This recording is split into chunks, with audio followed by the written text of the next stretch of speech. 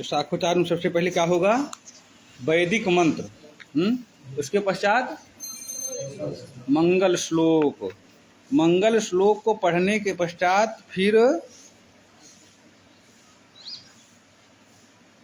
शाखोच्चार होगा। सबसे पहले किसकी तरफ से शाखोच्चार होगा? वर पक्ष की तरफ से पहला शाखोच्चार बोला जाएगा। किसकी तरफ से? वर पक्ष की तरफ से। कैसे बोला जाएगा? ओम अस्मिन दिवसे वा अस्याम रात्रा। दिन में रहेगा तो दिन का, रात्रि में रहेगा तो रात्रि का बोला जाएगा।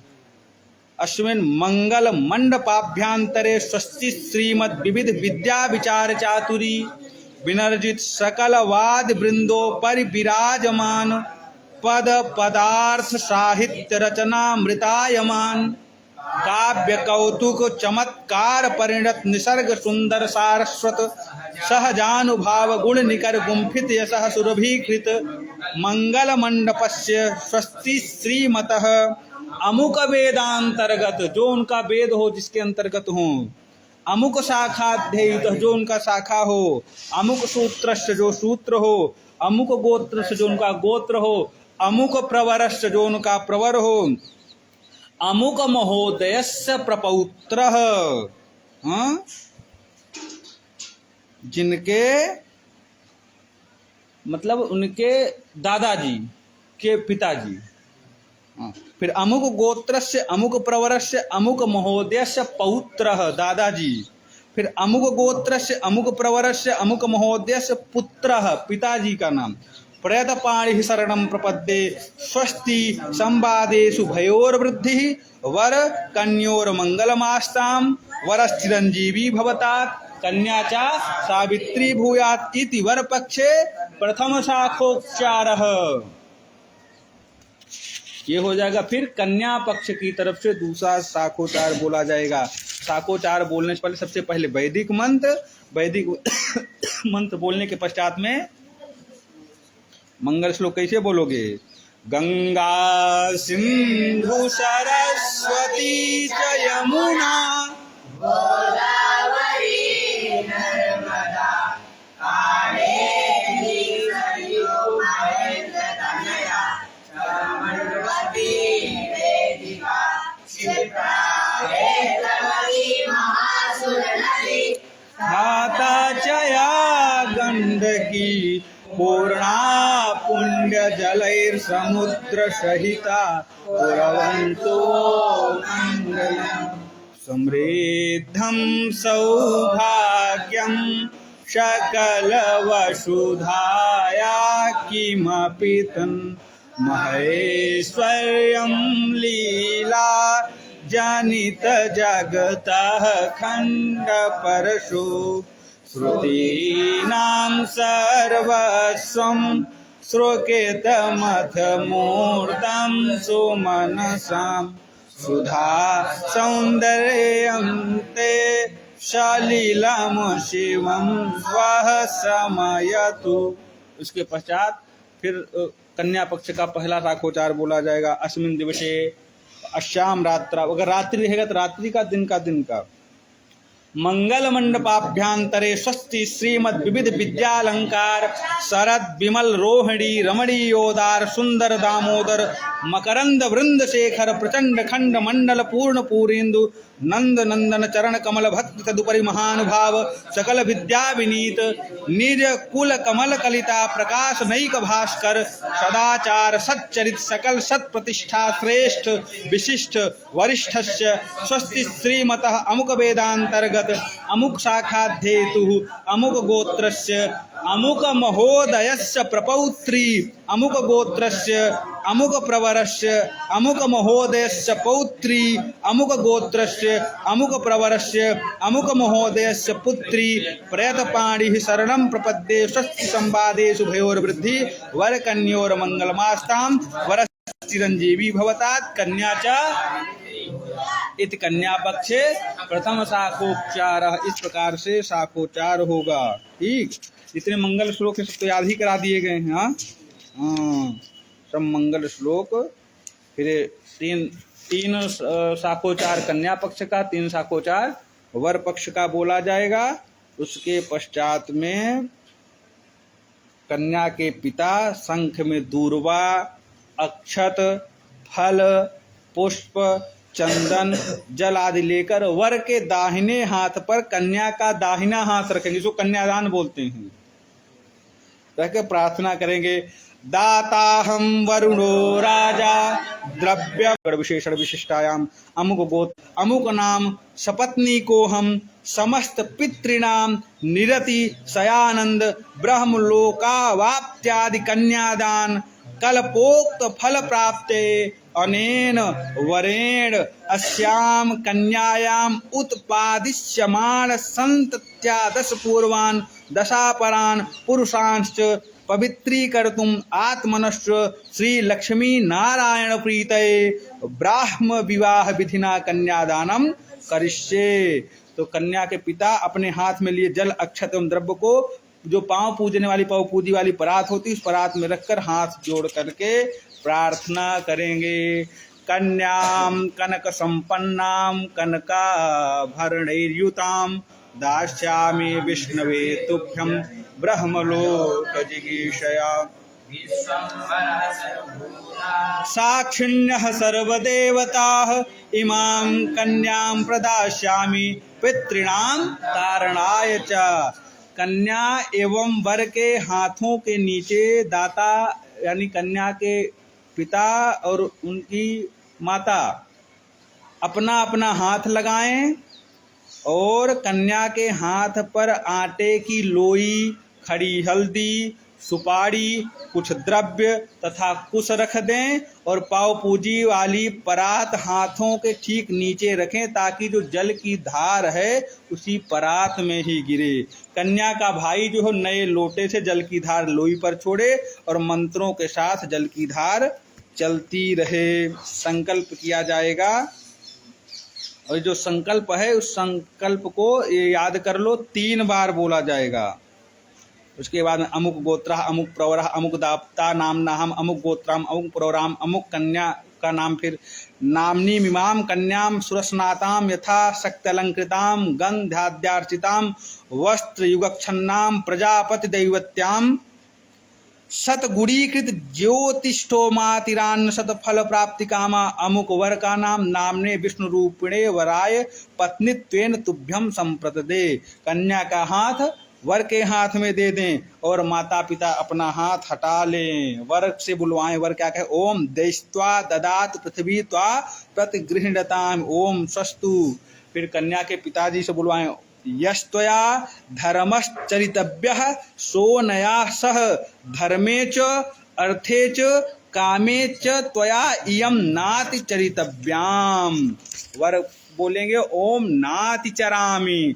फिर ब्राह्मण बोलेंगे कोदात कस्मादात कामोदात कामायादात कामोदाता कामः प्रतिगृहीता कामई तत्ते।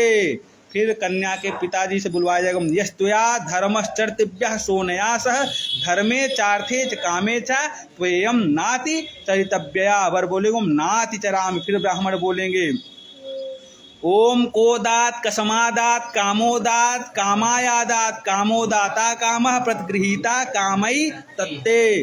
फिर कन्या के पिताजी बोलेंगे यस्त्वया धर्मश्चरितव्यः सोनया सह धर्मे चार्थे च कामे च त्वयं नाति चरितव्या। वर बोलेंगे ओम नाति चरामि। फिर ब्राह्मण बोले ओम कोदात कसमादात कामोदात कामयादात कामोदाता कामः प्रतिगृहातो कामई तत्ते।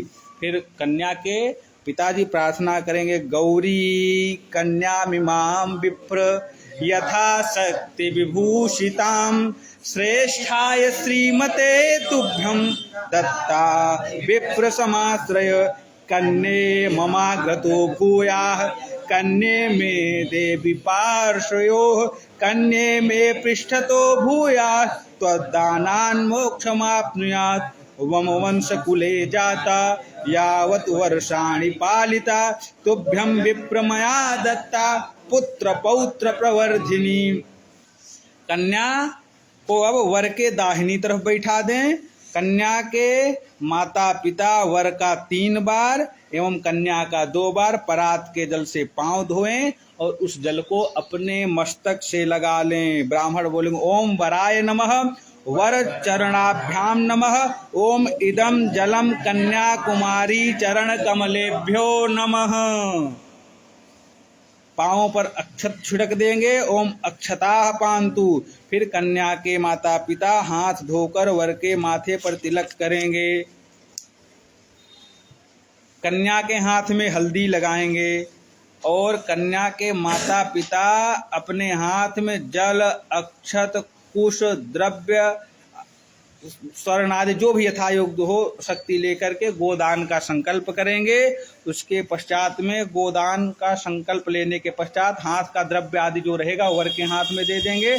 इसी प्रकार से अब घर के जो अन्य भी सदस्य हैं, जो सपत्नीक हैं, वे पाव पूजा करेंगे। पाव पूजा होता है ना, पाव पूजी बोलते हैं। हाँ, जितने लोग रहेंगे वो सब फिर करेंगे। उसके पश्चात में दाता ब्राह्मण के लिए दक्षिणा का संकल्प करेंगे। उसके पश्चात में अपने शक्ति अनुसार ब्राह्मण को दक्षिणा देंगे। नाई और नाई की पत्नी को न्यौछावरी प्रदान करेंगे, हाथ जोड़ करके प्रार्थना करेंगे। इस प्रकार से कन्यादान पूर्ण हो जाएगा। अब कन्या का दाहिना हाथ वर पकड़ेगा और निम्न मंत्र को बोलेंगे। ब्राह्मण बोलेगा, वो दोहराएंगे या फिर ब्राह्मण ही बोलेंगे। ओम यदैषि मन साधुरम दिशोनुपवमानो वा हिरण्यपर्णो वैकर्णः सत्वाम मन मनसाम करोतु। श्री अमुकी देवी जो नाम, एक व्यक्ति वहां कलश में जल लेकर हवन की वेदी के दक्षिण दिशा में चुपचाप खड़ा हो जाएगा। दृढ़ पुरुष, बढ़िया तगड़ा। और हवन वेदी के दक्षिण में मिट्टी के पात्र में जल भर कर रख देंगे जब तक अभिषेक न हो जाए। दाता कहे परस्परम समीक्षेथाम। वर कन्या की ओर देखता हुआ निम्न मंत्र बोले। उस जो मंत्र है उस मंत्र को ब्राह्मण बोलेंगे वर की तरफ से। उसके बाद वर कन्या एक दूसरे की तरफ देखेंगे। वर कन्या दोनों अग्नि की एक परिक्रमा करके अग्नि से पश्चिम तरफ क्रमशः बाएं व दाहिने बैठ जाएं और देश काल का उच्चारण करते हुए फिर गोदान का संकल्प करेंगे, प्रार्थना करेंगे। हवन होता, कुशकुंडिका होगी। ये सब आपको नियम कराना पड़ेगा। हवन होम प्रजापते नमः अग्ने स्वाहा, सब वहाँ पर हवन होगा मंत्रों को बोल करके। फिर राष्ट्रवृद्ध होम होगा, जया होम होता है, अभ्यातान होम होगा। ये कई प्रकार के हवन हैं। अथ जय होम होगा। उसके पश्चात ये सब हो जाता है। प्रणीता का जल आदि स्पर्श कर लेंगे। ये लोग कुछ जहाँ जहाँ का जैसे लोक रीति होगी कुछ उस हिसाब से भी आपको करवाना पड़ेगा। उसके पश्चात में कन्या और वर के बीच पीला कपड़ा लगा करके पर्दा कर दिया जाता है। किसके बीच में? जैसे कन्या और वर खड़े के बीच में कपड़ा लगा दिया जाएगा। उसके बाद में जब वर स्वाहा कहने पर आहुति दे, ब्राह्मण निम्न मंत्र पढ़े। ओम परम मृत्योनुपरोहि पंथाम यस्तेर्नेतरो देवयानात्। इस मंत्र को याद कर लोगे। प्रणीता का जल पुनः स्पर्श किया जाएगा। फिर लाजा होम होता है। लाजा होम में कन्या को आगे कर दिया जाता है, वर को कन्या के पीछे पूर्वाभिमुख खड़ा कर दिया जाता है। कन्या अपनी अंजलि बनाते हैं। अंजलि जानते हो ना? हाँ, दोनों हाथ अंजलि बनाएगी और कन्या की अंजलि के नीचे वर भी अपनी अंजलि लगा लेता है। और जो कन्या का भाई है वो हाथ में गणेश जी का स्पर्श किया हो, जो समी, पलाश, घी मिश्र जो लावा रहता है उसको छोड़ता है और वर नीचे वाले मंत्र से आहुति देता है। जो नीचे ओम अरिमणम देवम कन्या अग्निमय क्षते जो मंत्र है इससे आहुति दिया जाएगा। अब वर जो है वधू के दाहिने हाथ का अंगूठा पकड़े और ये निम्नलिखित जो मंत्र है ये बोला जाएगा। उसके पश्चात में वर अपने बाएं हाथ से वधू का दाहिना पैर पत्थर के जो लोढ़ा रहता है लोढ़े पर रखाया जाता है और फिर मंत्र बोला जाता है। ओम आरोहे मम अस्मान नमस्ते त्वं गुं स्थिरा भव। ये मंत्र बोला जाएगा। और लोढ़ा पर पैर रखाने के बाद मंत्र बोला जाएगा। ओम सरस्वती पेदमो शुभगे वाजनिवाति। ये सब मंत्र आपको याद करा दिया जाएगा। इस पर ऐसे रखाने का नियम होता है कि हे देवी, इस शिला के ऊपर चढ़ और इस शिला की भांति गृहस्थ कार्यों में अटल रहो। हाँ, सेना के द्वारा लड़ने वालों को इस शिला की भांति दबा दो। हर एक चीज का मतलब होता है। उसके पश्चात में परिक्रमा होगी, प्रथम परिक्रमा। इसके बाद आगे वधू पीछे वर अग्नि की एक बार परिक्रमा करेंगे। फिर दूसरी प्रकार, फिर दूसरी लाजाहुति होगी। जैसे पहले वर कन्या खड़े थे, कन्या आगे खड़ी थी, वर पीछे खड़े थे, उसी प्रकार से आहुति दिया जाएगा।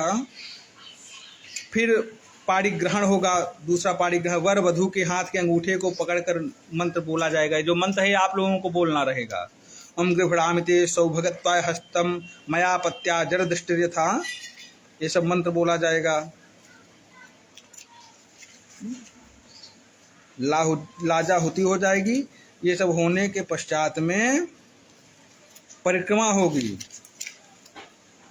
और परिक्रमा आदि होकर के जब हवन हो जाएगा, उसके बाद में वर वधू उत्तर तरफ मुंह करके खड़े हो जाएंगे। किस दिशा मुंह करके? उत्तर दिशा में मुंह करके बैठ जाएंगे। और जो नाई होता है वो अग्नि को उत्तर तरफ उत्तरोत्तर 7 प्रकार का मंडल बनाता है। और वर मंत्र बोलता हुआ वधू को 7 पग चलावे, अर्थात उन 7 मंडलों पर बारी बारी दाहिना पैर, या तो 7 पग चलते हैं, या तो फिर जो लावे का बना रहेगा 7 बार पांव उस पर रखाया जाता है, जहां का जो नियम रहता है। फिर सप्तपदी होता है।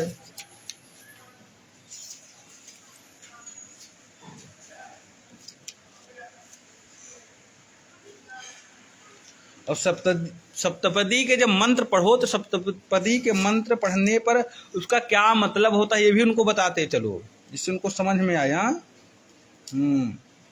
जैसे एक बता दे रहे हैं आपको। जैसे पहला पुंज रखें तो पहले वर कन्या से क्या बोलेगा वधू से कि प्रथम लावा पुंज पर अपना दाहिना पांव रखो। तो कन्या पूछेगी क्यों रखें, इससे क्या लाभ है?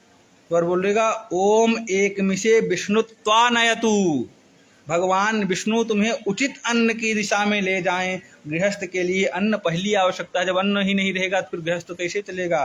बिना अन्न के गृहस्थाश्रम नहीं चलता। अन्न के अभाव में न तो अपना पोषण हो पाएगा, न तो कोई अतिथि की सेवा हो पाएगी। इसलिए धर्म पालन में भगवान विष्णु तुम्हारी सहायता करें। इसी प्रकार से सप्तपदी होती है, 7 का एक सब नियम है। क्या मतलब है उसका नियम रहेगा। सप्तपदी के पश्चात में फिर 7 वचन होते हैं कन्या की तरफ से। 7 वचन तो याद हैं, अर्थ भी पता है ना?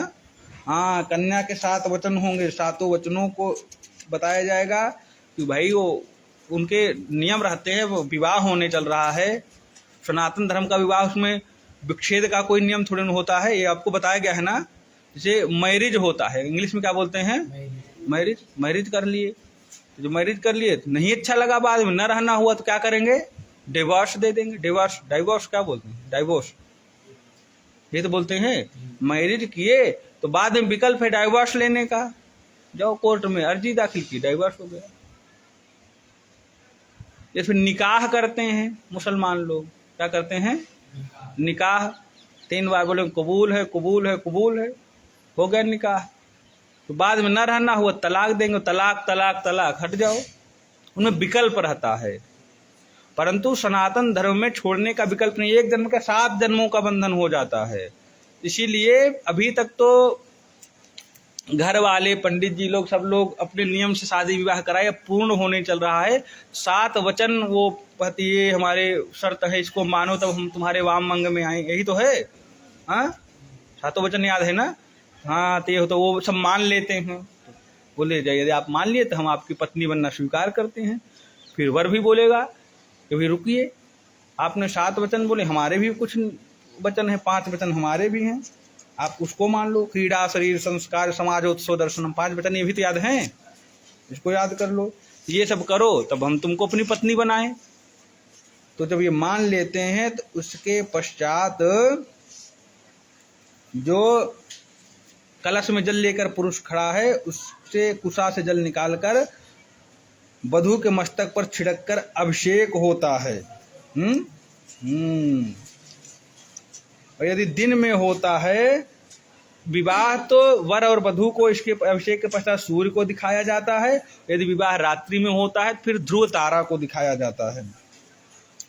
उसके पश्चात दाहिने कंधे पर हाथ ले जाकर वर वधू के हृदय का स्पर्श करता है। ओम मम व्रते ते हृदयम दधाम, ऐसा करके मंत्र बोला जाता है। उसके पश्चात वर पक्ष द्वारा सिंदूरा, जिसमें सिंदूर रखा जाता है, उससे 5 चुटकी सिंदूर पूर्व की दिशा में मुख करके अपने कुल देवताओं के लिए निकाल लिया जाता है। उसके पश्चात में जो सुमंगली होता है, जिसमें सिंदूर वाला रखा जाता है, उससे सिंदूर चढ़ाने के पश्चात चुटकी से सिंदूर को निकाल करके वधू की मांग में छोड़ा जाता है। इसके पश्चात में सिंदूर बहोरना होता है। वधू को वर की बाईं तरफ बैठकर सौभाग्यवती स्त्रियां जो होती हैं वो पुनः अच्छी तरह से मांग में सिंदूर भरती हैं। एक जगह जगह की लोक रीति जैसी होती है उस हिसाब से होता है। उसके पश्चात वधू को वर के दाहिने तरफ बैठा दिया जाता है और घी की आहुति से फिर घी की आहुति दी जाती है। बढ़िया। और हवन होने के पश्चात में फिर अभिषेक होता है। अभिषेक मंत्र बोला जाता है। अभिषेक तो याद ही है। कितने अभिषेक याद हैं? 3। हाँ। गणपति गिरिजा वृष भध्वज षड्मुखो नंदी मुख